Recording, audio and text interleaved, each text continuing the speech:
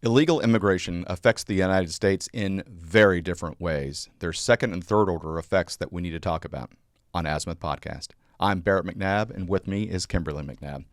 So it depends on where you live, where Customs and Border will really help out with deportations. So take example, some of the Democratic cool guy strongholds of Martha's Vineyard or the Hamptons, and you have Customs and Border Protection that are going in, and any illegal immigrants that are in those areas are immediately getting deported out of there because we can't have the ruffians inside the peasants, the peasants inside the Democrat elite playgrounds. I mean, you really can't do that.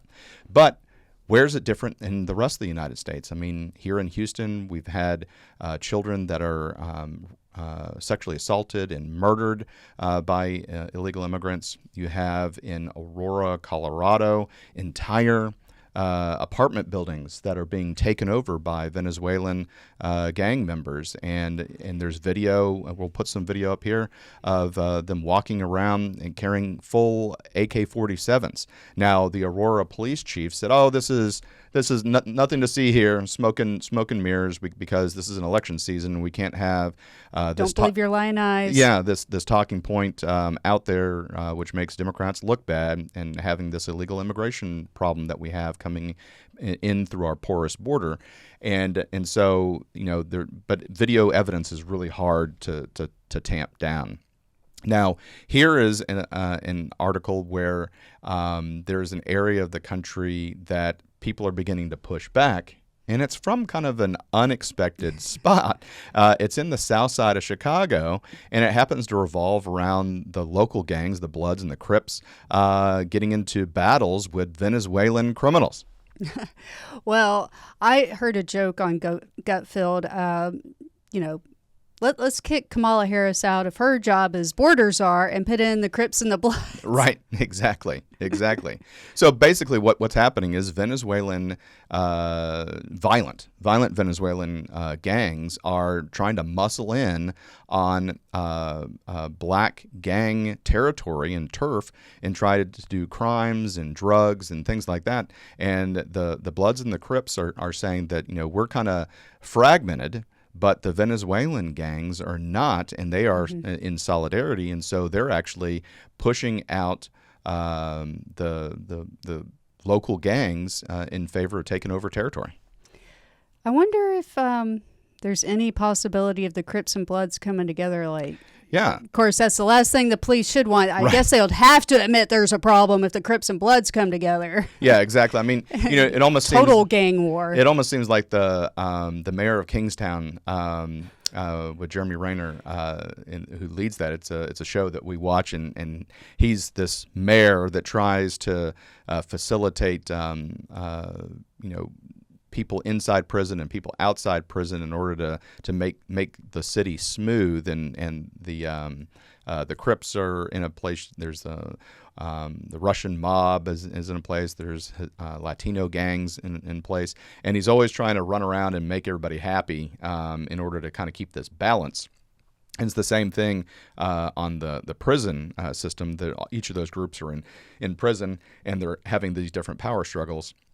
And his job is to smooth things over and facilitate that. And it almost seems like that might be needed in Southside Chicago, for all of this friction. I mean, who would think? I mean, we hear about all the time that about people being murdered in Georgia, Lake and Riley. You have again, the apartment complexes being taken over in Aurora. You have problems in Los Angeles. All over the place. And the places that we don't have problems are the illegal immigrants that were sent to Martha's Vineyard by DeSantis, and I loved that move. Who were promptly grabbed up and moved out of there. Just another case of, the Democratic elite trying to make rules for everyone else. Oh, but not for me. But not for me. But there was an interesting thing. I saw a video on a Martha's Vineyard podcast, and resident for Martha's Vineyard, and they had the gall to say, we sure do miss those people. They were there for like 4 hours, and immediately like, get them out of here, and they went to a reserve military base and then shipped out from there. But this person's like, oh, I sure do miss them, and you're a liar. You're a liar. Yeah, you're one of the people that got them out. You're a good Democrat. Pat me on the head. Exactly. But who would think that that the Venezuelan violent drug gangs are setting up shop? I mean, we see petty crime and violent crime going up all over the place. FBI says crime has reduced by 3%. That's because it's not being reported and it's not being processed. So you have three Venezuelan immigrants beating up police officers in New York City, and they get $1 bail and go on to Arizona, right? So, but that crime was reduced all the way down. So, of course, violent crime, if you're saying, well, that was reduced to jaywalking, then there's not a violent crime that occurred. Well, also when you have a police chief denying that there's a problem, what is the likelihood that you think people are going to report stuff? Yeah, exactly, because they're going to say I'm not being helped, and don't be surprised when you have a recruiting problem when the police chief denies there's crime and you're on the street on the beat going, you're wrong. Yeah, you're wrong, and I also think that with the defund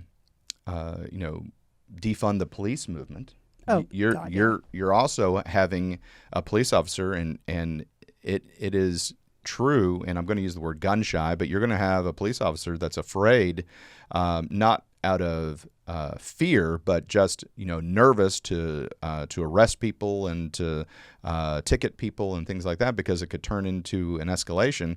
And there's already this defund movement. So I want to know how many police officers kind of have done a wink and nod and let something go. Not that they're bad people. They don't want to get sued, and they themselves don't want to go to jail. Yeah, exactly. I mean, so I understand, and I'm not saying that police officers are bad for doing that. I'm just saying that there's probably a little gun shyness in order to do some of these arrests and things like that.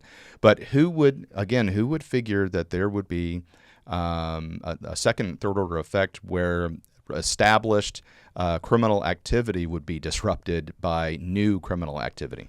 Yeah. Well, I saw an interesting article. Many blacks are upset that the immigrants are, taking resources from the city.